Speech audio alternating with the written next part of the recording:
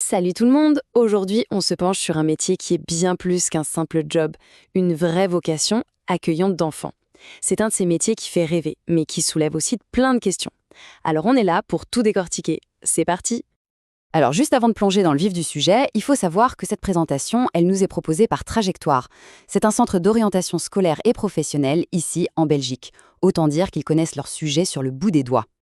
Voilà, la toute première question, c'est vraiment celle du cœur. Est-ce que l'idée de s'occuper des tout-petits, de créer pour eux un petit cocon chaleureux et bienveillant pour qu'ils puissent grandir et s'épanouir, est-ce que ça fait écho en soi? Parce que honnêtement, tout part de là. C'est le moteur de cette vocation. Allez, on attaque. Et première chose, on va tout de suite tendre le cou à une idée reçue, le cliché de la simple gardienne. Non, non, non. Ce métier, c'est tellement plus riche, tellement plus complexe que ça. Regardons la définition officielle. Le mot à retenir, c'est professionnel. On ne fait pas que garder des enfants. On prend soin d'eux, on veille à leur éveil, à leur bien-être et bien sûr à leur sécurité.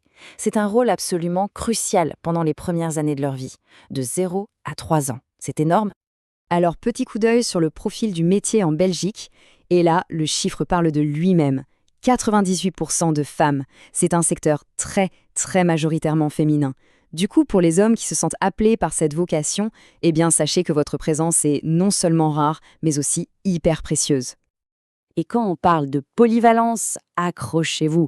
Les missions au quotidien, c'est juste énorme. Ça va de l'accueil des enfants et des parents le matin, à la gestion des soins, des repas, du sommeil. Il faut aussi organiser des activités d'éveil, donc être créatif, garantir la sécurité physique et affective, c'est la base. Et puis, il y a toute la communication avec les parents, super importante, et même un peu d'administratif. Bref, c'est un vrai job de chef d'orchestre. Bon, maintenant qu'on a vu la théorie, passons à la pratique. Concrètement, ça ressemble à quoi une journée type? Spoiler, c'est intense et les journées sont bien remplies. Le matin, hop, c'est l'accueil, les jeux, les activités d'éveil, les soins, on prépare déjà le repas.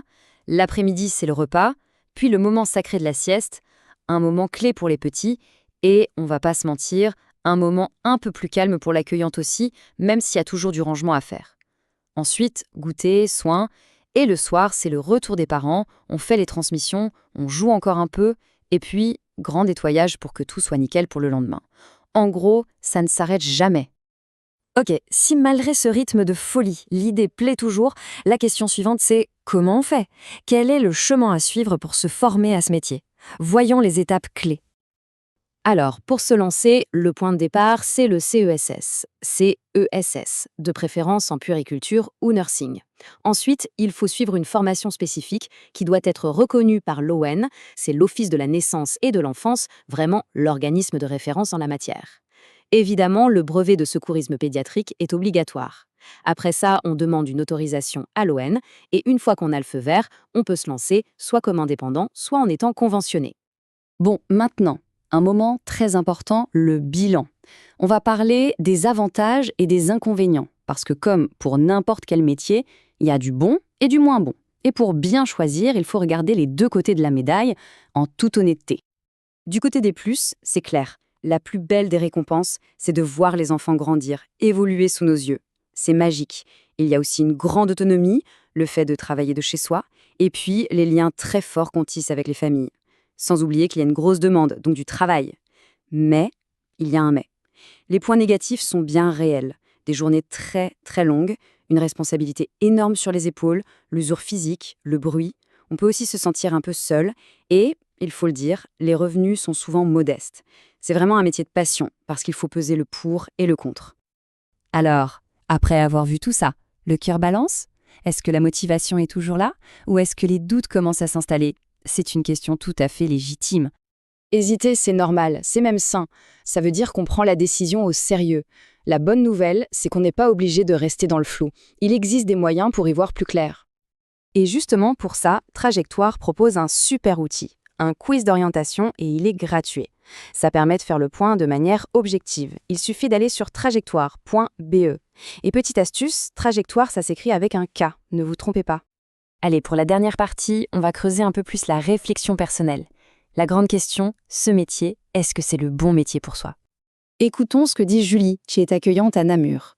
C'est intense, on ne s'arrête jamais, Mais voir les enfants évoluer, c'est une récompense incroyable. Je trouve que ça résume tout parfaitement.